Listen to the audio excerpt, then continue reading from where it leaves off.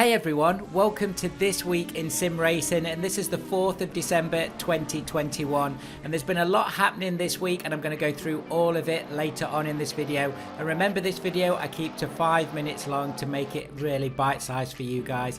As ever, do check out the rest of the channel, there's lots more sim racing on there, and if you like what you see, I'd love to have you on board, so do click on that subscribe button.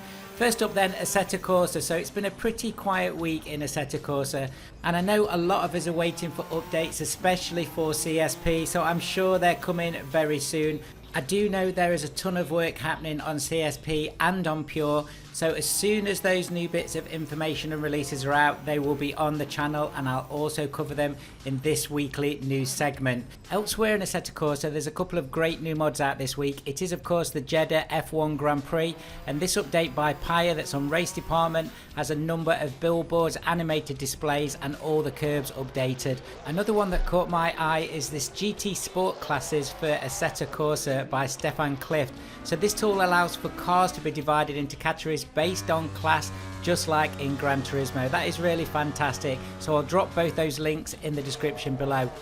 Also this week I released 3 videos. The first was 8 new mods for December 2021, then it was a Max Wangang style car mod selection, and lastly 3 Wheel King, so do check all of those out on the channel.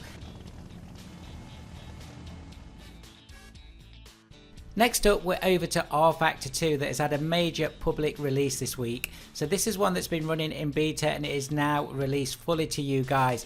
The biggest change on this is about game loading, so optimizations to game loading and series switching, optimizations to texture loading, added the ability to load cache track files from the component to improve loading times, and improve shader loading, and added pre-built shader cache to improve loading times. There are a number of other fixes on there that I'll let you guys read through, but the main piece of this, it's all about optimizing the game to get it to run quicker and smoother.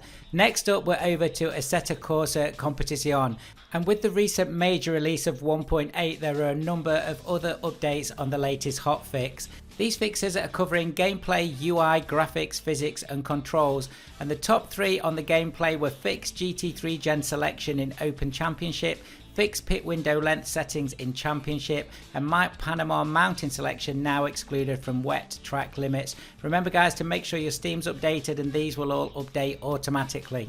And now for something completely different. In the news this week, if you've not seen it, is that there is going to be the Sim Racer film. This is a really cool concept, and this is by producer-director Brock Drury, who also wrote this, and he's just released the new trailer, The Sim Racer, that you can catch on Race Department or on YouTube.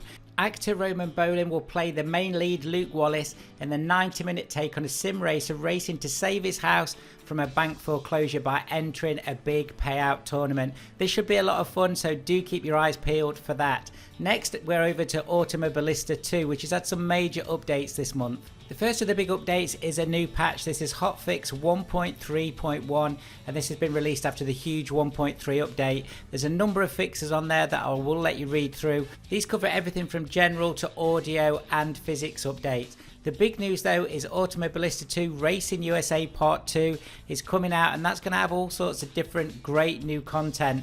This includes new tracks and cars, so the new tracks are Cleveland Burke Lakefront Airport Circuit and Watkins Glen International, and the cars include the Reynard 98i, the Swift 009C, the Lola T98, that is brilliant, and the Formula USA Gen 2 class. Do keep an eye out for that. Now we're over to iRacing with some huge updates this month. The big news is that Watkins Glen, the new laser scanned version of Watkins Glen, is coming to iRacing, and here's the new screenshots for that. Really excited for that, and that's been in development since July.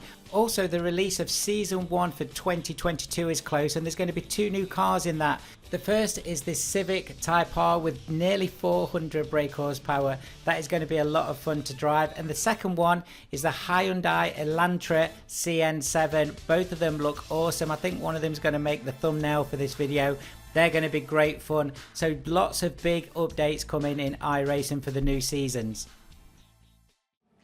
Guys, that's your 5-minute update for the week of the 4th of December 2021. I hope you've enjoyed that video. I will drop some links in the description below. Do remember to check out our Discord channel, which has got over 2,000 sim racers on there. And remember, we run free races every single week. So if you speak to Jorg or Hippie on my Discord, they'll be happy to get you hooked up with that. As ever, thank you for watching the video, and I'll see you guys very soon.